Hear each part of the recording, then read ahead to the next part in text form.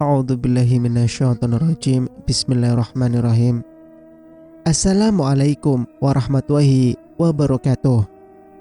Jumpa kembali di channel Sampul Hitam yang tentunya akan berbagi cerita. Dan untuk cerita kali ini, saya akan menceritakan sebuah kisah yang berjudul Pesan yang Belum Tersampaikan. Cerita ini ditulis oleh Cindy Nuraini. Dan bagi teman-teman yang ingin membacanya secara langsung atau teman-teman penasaran dengan sang penulis, teman-teman bisa langsung kunjungi link yang saya sudah sertakan, ada di deskripsi. Dan tak usah berlama-lama, mari kita ke ceritanya. Selamat mendengarkan. Astagfirullah, hanya kata itu yang mampu kuucapkan dalam hati. Berkali-kali aku mencoba memejamkan mata tapi tak bisa. Aku hanya bisa mematung. Seluruh tubuhku seakan dipaku di atas pijakan kaki ini. Sosok di depanku yang berdiri di antara pohon jati yang tinggi itu terus menatapku dengan bola matanya yang putih keseluruhan. Tangannya sedikit terangkat seperti ingin melambai padaku. Rambut panjang mencuntai hingga menyentuh tanah. Dengan pakaian putih yang terlihat ada beberapa bercak darah. Allahu Akbar. Mama, aku ingin pulang. Tolong aku. Batinku menahan tangis tertahan. Kubaca ayat kursi dalam hati. Tak berselang lama, pundakku serasa ada yang menyentuh. Dingin namun lembut. Tubuhku semakin menggigil menahan rasa takut yang luar biasa. Baru kali ini aku mengalami kejadian yang sangat mengerikan seperti ini. Aku kembali mencoba menggerakkan kepala untuk menghindari tatapan menyeramkan dari sosok wanita di depanku itu. Berhasil. Kini mataku tertuju pada kaca spion motorku. Aku terperanjat. Mataku melotot sempurna saat melihat dari pantulan kaca spion. Sosok Zen tengah berjalan di belakangku. Wajahnya pucat pasi, putih seperti kapas. Ya Allah, apakah aku sedang bermimpi? Tolonglah aku, rintikku dalam hati. Dengan sekuat tenaga, aku mencoba mengangkat kakiku yang tadi tidak bisa digerakkan. Aku berlari sekencang-kencangnya. Syukurlah, badanku sudah bisa digerakkan kembali. Nafasku memburu. Detak jantungku semakin terpacu cepat. Aku menerobos jalan sunyi yang sudah mulai gelap. Tak kupedulikan suara-suara aneh yang terdengar dari dalam kebun jati ini. Aku hanya fokus berlari ke depan, walau langkahku terasa sangat berat. Akibat rasa kantuk yang luar biasa, juga beban helm di kepala yang belum aku lepaskan. Tujuanku hanya satu, segera sampai di rumah. Astagfirullah, pakiku saat tubuh ini disoroti lampu sen depan motor dan hampir saja tertabrak. Aku menghentikan ayunan kakiku dan menyilangkan kedua tangan di depan kepala. Sasa, ada apa? Perlahan aku menoleh ke depan. Nampak Kak Reno turun dari motornya dengan raut wajah cemas. Kak Reno. Aku berhambur memeluk tubuhnya yang tinggi berisi. Menangis sesungguhkan dalam pelukannya. Kamu kenapa, Sa? Kenapa lari-larian? Motormu mana? Tanya Kak Reno dengan nada panik. Ia balas pelukanku dan mengusap punggungku. Aku takut, Kak. Jawabku sambil terisak. Tak berani melepaskan diri dari pelukan kakakku. Gak apa-apa. Ada kakak di sini. Ayo kita pulang. Kak Reno mencoba menenangkanku yang masih gemetar. Kulepas pelukanku lalu mendongak menatapnya. Pipiku yang sudah basah diusap perlahan oleh jemarinya.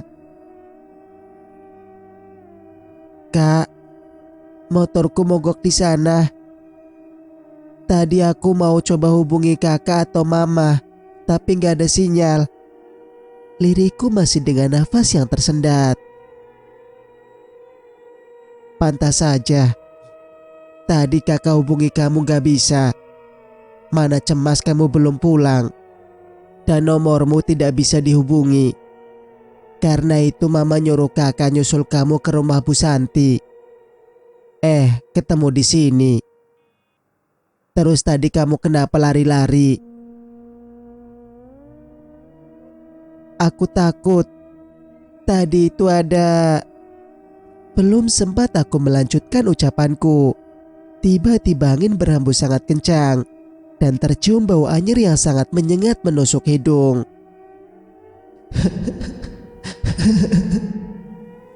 Seketika aku dan Kareno saling berpandangan, mendengar ada suara tangisan entah dari mana. Bulu kuduk kembali meremang hebat. Kak, ayo kita pulang. Rengekku menahan tangis. Ayo Sa, cepat naik.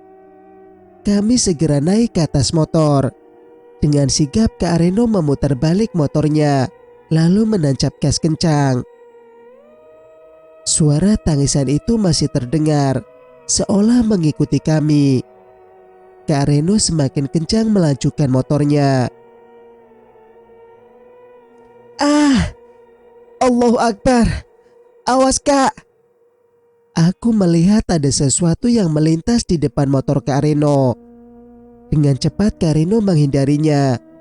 Untung saja Kak Reno bisa menyeimbangkan laju motornya. Walau sempat meliuk mendadak. Aku memejamkan mata dan menyembunyikan kepala di punggung Kak Reno. Tanganku begitu erat melingkar di perut kakakku ini. Aku terus berdoa dalam hati, berharap bisa cepat sampai di rumah dan kejadian mengerikan ini cepat berakhir. Singkat cerita, Sa, ayo turun, sudah sampai. Kak Reno menghentikan motornya. Ia menyentuh tanganku yang masih erat melingkar di perutnya. Sudah sampai. Alhamdulillah ya Allah. Aku meraup wajah dan menghela napas lega. Saking takut dan tak mau mengangkat kepala, aku sampai tidak sadar kini sudah berada di depan rumah. Kak, jangan ceritakan soal kejadian tadi ke mama ya. Aku gak mau buat mama cemas. Tukasku sembari membuka helm bersamaan dengan Kak Reno. Kuserahkan helm berwarna putih itu pada kakakku. Oke, soal motor kamu, biar besok kakak yang cek ke sana. Aku bergegas masuk ke dalam rumah, sedangkan Kak Reno mendorong motornya hendak memasuki garasi. Ra, kenapa kamu mengganggu adikku juga?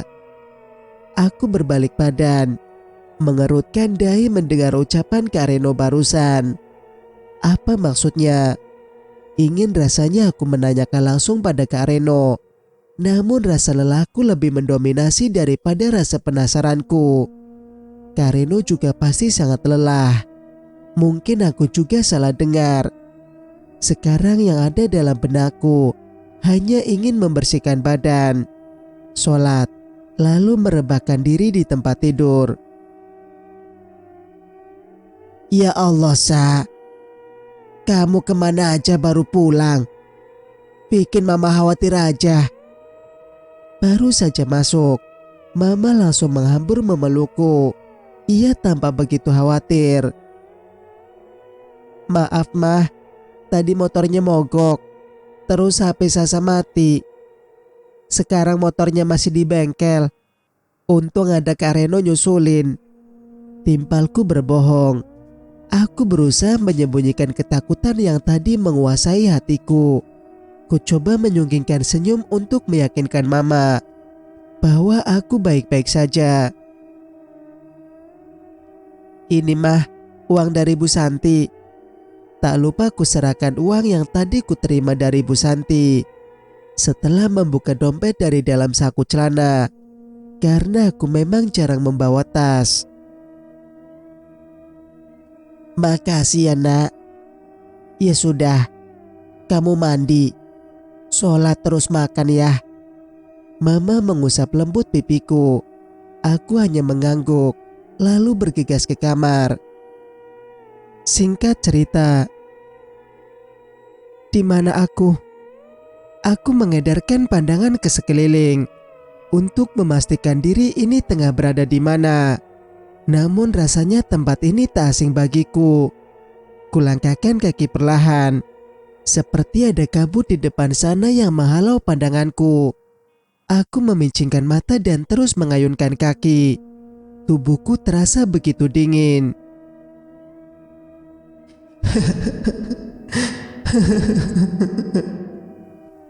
Langkahku terhenti saat indera pendengaranku menangkap suara tangisan perempuan. Suaranya begitu menyayat hati, seperti sedang merasakan sakit luar biasa. Pundakku serasa disentuh perlahan. Refleks, aku menoleh ke belakang. Tak ada siapapun. Kuputar kembali kepala ke depan. Dan apa itu? Di depan sana tampak sebuah danau yang biasa aku datangi bersama Zain. Airnya terlihat begitu tenang. Namun keadaan di sekitar danau itu tampak mencekam. Tak jauh dari danau tersebut, netraku menangkap seorang wanita tengah terduduk menghadap danau. Membelakangiku, rambutnya yang hitam legam menjuntai panjang sepinggang. Sesekali aku mendengar isak tangis darinya. Aku mendekat untuk memastikan siapa wanita tersebut. Dengan langkah yang sedikit ku percepat, akhirnya kini aku tepat berdiri di belakangnya. Mbak, kenapa? Tanyaku dengan terbata. Namun yang ditanya diam saja tak bergeming sedikit pun. Mbak sendirian? Tak mau menyerah, aku semakin mendekat padanya. Hendak duduk di sampingnya. Seketika bau anyir menyeruak, seperti bau darah segar. Aku mengurungkan niatku untuk duduk di sebelahnya.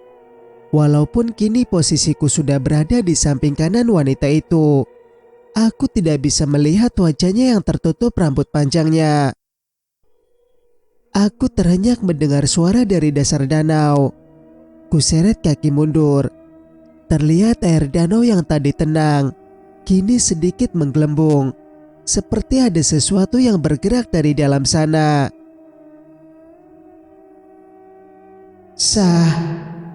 Tolong aku. Mataku terbelalak dengan mulut menganga. Tatkala melihat separuh badan Zain menyembul dari dasar danau. Badanku gemetar hebat. Keringat dingin mulai bercucuran.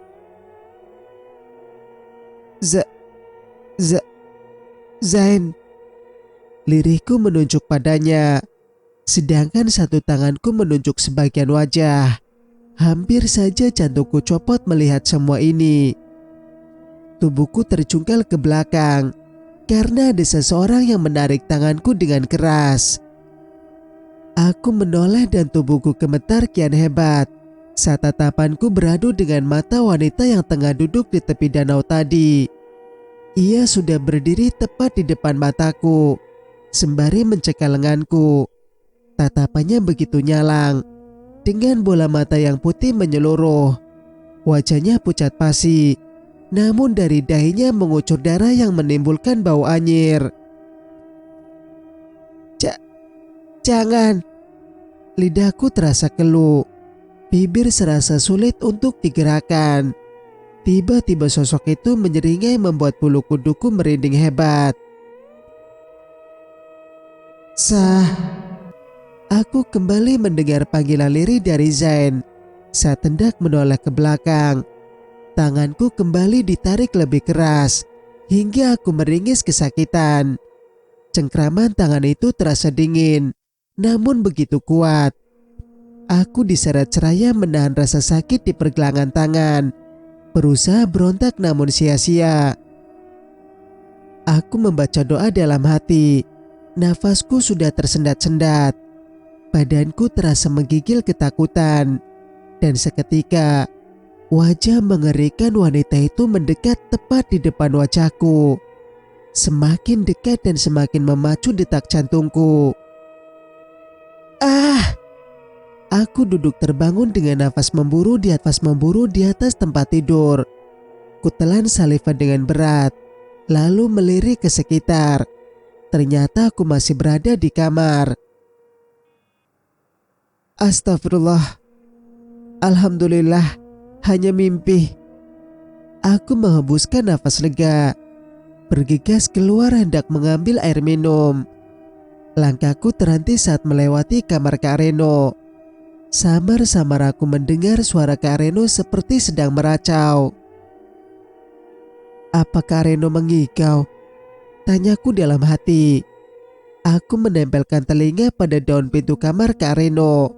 Namun tetap suaranya tak begitu jelas. Hingga akhirnya aku mendengar suara teriakan Kak Reno. Seperti teriakanku saat tersadar dari mimpi buruk tadi. Kak Reno. Berkali-kali aku mengetuk pintu kamarnya, namun tak ada reaksi. Ku naik turunkan pegangan pintu tak juga terbuka. Pasti dikunci dari dalam. Hening. Suara Kak Reno tak terdengar lagi. Kuputuskan kembali bergegas ke dapur. Mungkin Kak Reno hanya bermimpi sepertiku. Bisa jadi karena efek kejadian tadi di kebun jati, pikirku. Mataku mengerjap terkena silau matahari pagi dari celah jendela kamar. Kusibakan selimut yang menutupi sebagian tubuhku, mengikat rambut yang tergerai, lalu turun dari tempat tidur. Aku mendekati kalender yang menempel pada dinding pojok di kamarku, mengamati angka-angka yang tertera di sana. Mataku jeli mencari salah satu tanggal yang dulu sempat aku beri tanda bulatan merah.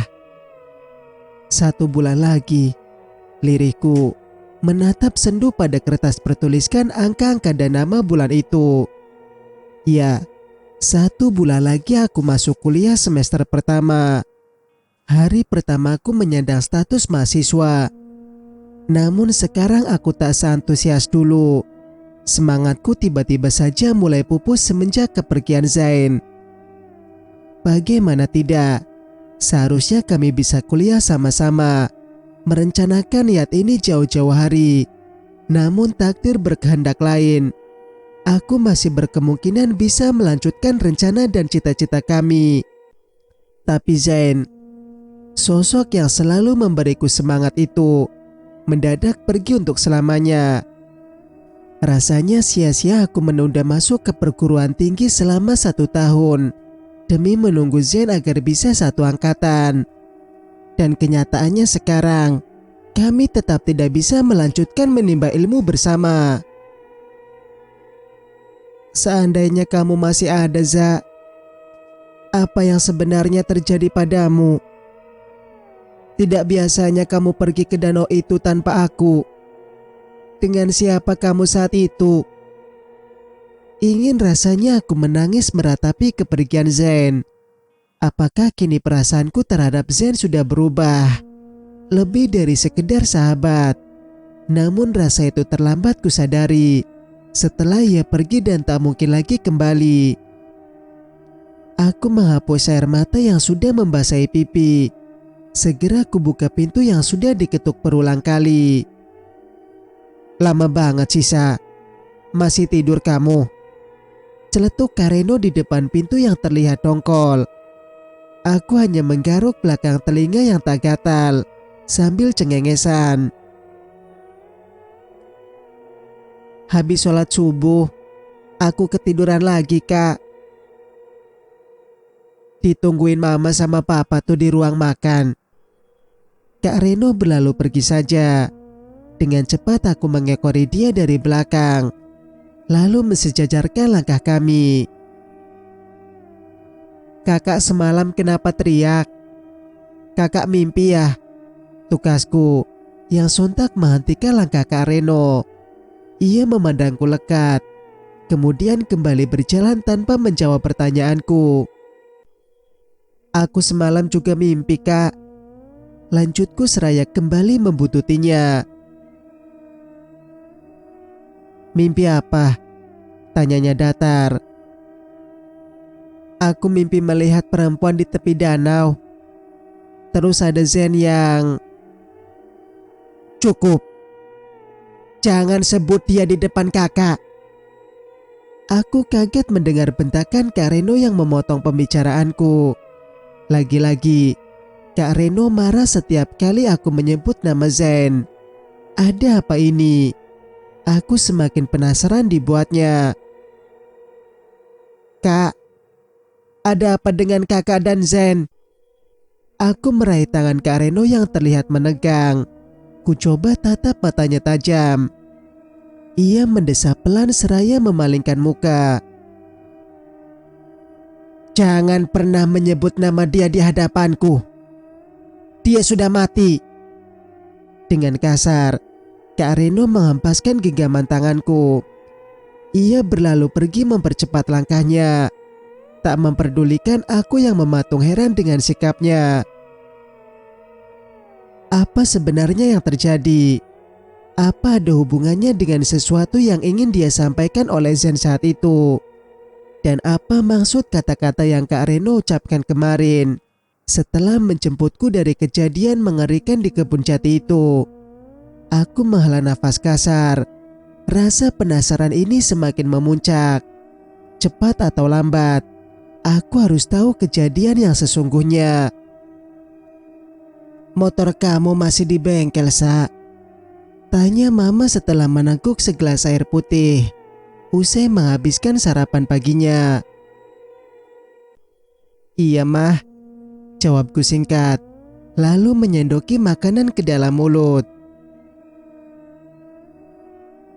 Bengkel mana? Biar nanti papa yang bawa. Aku refleks menghentikan aktivitas makanku mendengar pernyataan papa. Kualihkan pandangan pada papa yang tengah menyendoki suapan terakhirnya. Ia balas menatapku sembari meneguk segelas air yang Mama sodorkan. Gak usah, Pah. Nanti biar Kak Reno aja yang ngambil. Aku mencoba tenang, walau sebenarnya ada perasaan takut ketahuan sudah berbohong. Ya sudah kalau gitu. Oh iya, Sah. Gimana persiapan kuliahmu nanti? Beruntung papa tak memperpanjang persoalan motorku tadi. Tapi pembahasan papa kali ini juga masih terkesan tak kuharapkan keluar dari mulutnya. Ya gitu deh, Pah. Kulihat Mama dan Papa saling melempar pandang. Mungkin karena memperhatikan reaksiku yang seperti risih saat ditanya soal kuliah. Ku percepat menghabiskan sarapan di piring. Segera ku bantu Mama membereskan perabotan kotor bekas kami sarapan. Tak lama, Mama bergegas pergi ke depan mengantar Papa yang hendak berangkat ke kantor. Setelah mencuci piring dan gelas, dengan tergesa aku kembali ke kamar ingin mengambil handuk untuk mandi. Hari ini, aku berniat ingin pergi ke danau yang biasa ku datangi bersama Zen sejak kecil. Rindu dengan tempat penuh kenangan itu. Setelah berpamitan pada Mama hendak keluar, aku segera ke belakang untuk mengambil sepeda. Untung saja aku memiliki sepeda yang biasa aku gunakan sekedar untuk berolahraga ini. Jadi meskipun tidak ada motor, aku tak perlu berjalan kaki bila keluar rumah yang jaraknya lumayan jauh. Ku kayu sepeda bercat hijau Tosca plat hitam ini menyusuri jalanan yang tampak lengang. Cuaca masih pagi sehingga udara juga terasa masih segar. Sesekali aku melempar senyum pada beberapa warga yang aku lewati. Sekitar 15 menit, akhirnya aku berada di sekitar danau yang selalu menjadi saksi persahabatan aku dan Zain. Sosok laki-laki bertubuh jangkung dan atletis. Sosok pria yang pengertian, pekerja keras, jujur juga periang. Laki-laki yang memberiku rasa aman selain Papa dan Kak Reno. Namun sayang, hidupnya harus berakhir di tempat yang justru banyak memberi memori indah. Aku duduk di tepian danau setelah menyandarkan sepeda pada sebuah pohon. Kunikmati semilir angin yang membelai kedua pipi. Kutatap lekat-lekat dasar danau yang tenang dan nampak jernih ini. Zah, sebentar lagi kita akan masuk kuliah. Tapi kenapa kamu harus pergi jauh? Lirihku dengan mata yang mulai berembun. Aku melempar beberapa kerikil ke dasar danau. Tatapanku mulai sayu, dan akhirnya air mata lolos juga dari tempatnya. Kubiarkan bulir-bulir bening itu membasahi pipi. Ingin kutumpahkan perasaan saat ini juga. Mataku yang sudah sembab membuat pandangan sedikit mengabur. Aku duduk menunduk seraya terisak. Tempat yang dulu banyak menoreh cerita indah, kini malah mengukir sejarah terburuk di hidupku. Zah, kamu tahu kan aku ada di sini? Entah mengapa kalimat itu tiba-tiba terlontar dari mulutku. Setelah beberapa lama aku terdiam duduk di tepi danau ini. Aku terperanjat. Lagi-lagi merasa ada yang meniup tengkuku. Lantas mengangkat kepala dan mengusap tengkuk yang mendadak terasa dingin. Kuucap ta'awud dalam hati untuk mengusir rasa takut. Lagi, kini aku merasakan sesuatu yang sangat dingin mengusap bahu kananku. Walau bukan untuk yang pertama kali, namun kejadian seperti ini tetap membuatku kaget. Bukan, aku tidak melakukan apa-apa. Samar aku mendengar sebuah suara yang entah dari mana asalnya. Aku cepat-cepat bangkit dan berdiri, menoleh ke kanan dan ke kiri, namun tak menemui apapun. Jangan! Suara itu kini terdengar melengging membuat telingaku berdengung. Aku menutup kedua telinga. Mataku masih tak mau diam bergulir ke sana sini, mencari sumber suara. Ah! Teriakan yang sepertinya suara laki-laki itu memekakan pendengaranku. Aku semakin menekan telinga. Ah! Sasa! Aku melompat meraih sepeda ketika mendengar namaku disebut oleh pemilik suara misterius itu. Tak ingin mengalami kejadian mengerikan lagi. Lekas aku mengayuh sepedaku kencang meninggalkan tempat itu. Astagfirullah, astagfirullah. Tak henti-henti aku berdoa memohon pertolongan dari Allah. Meski dengan deru nafas yang sudah tak beraturan, aku tetap berusaha mengayuh sepeda dengan kecepatan kilat. Saat tiba di sebuah jalan yang menanjak, boncenganku terasa berat. Dengan sekuat tenaga aku mengayunkan kedua kaki agar laju sepedaku bisa lebih cepat. Ya Allah, ada apa lagi ini? Padahal ini masih siang. Keluhku tanpa mengalihkan pandangan dari depan. Aku ingin segera berada di rumah. Sah, tolong aku. Jangan pergi, Sah. Entah bagaimana caranya supaya pendengaranku tak menangkap suara-suara itu. Kupercepat kayu sepeda yang terasa semakin berat, walaupun kini sudah melewati tanjakan. Aku berusaha tenang dengan melafazkan ayat kursi dalam hati. Niat untuk menoleh ke belakang kuurungkan, mencoba berpikir positif dan terus berdoa dalam hati. Tak berapa lama mataku mulai menangkap rumah-rumah warga yang berjejer. Boncengan pun kini mulai terasa ringan kembali. Aku menghela nafas panjang, berhenti sejenak untuk mengelap keringat yang bercucuran di dahi dengan ujung jilbab. Mah, aku melambaikan tangan saat melihat Mama tengah berdiri di depan gerbang halaman rumah. Kuhentikan kayuhan sepeda setelah berada tepat di depan Mama. Mama ngapain berdiri di sini? Mama tak menjawab. Tatapannya lurus ke depan tanpa berkedip. Zen sudah nunggu kamu. Katanya ada yang mau dia sampaikan. Kamu malah menghindar. Mulutku menganga mendengar ucapan mama. Sedangkan mama menatapku datar. Bagaimana mungkin Zen menungguku? Dia kan sudah... Maksud mama nunggu di mana? Zen kan sudah... Aku menggantung kata-kataku. Sedikit pun mama tak merespon ucapanku. Ia masih tetap berdiri tak bergerak. Aku masuk dulu, Mah. Tak mau bertanya apa-apa. Lantas aku berjalan masuk melewati mama yang masih mematung tanpa ekspresi. Sepeda ku biarkan menyandar di tembok halaman rumah. Lekas aku membuka pintu utama rumah. Baru pulang, Sa. Aku terkesiap mendapati mama sedang duduk di balik meja menjahit. Tangannya sibuk berkutat merombak selembar kain dengan mesin jahit yang terletak di atas meja. Aku meneguk Salifa dengan susah payah. Serasa sedang menelan kerikil. Kok mama ada di dalam? Terus yang tadi ada di depan gerbang rumah siapa?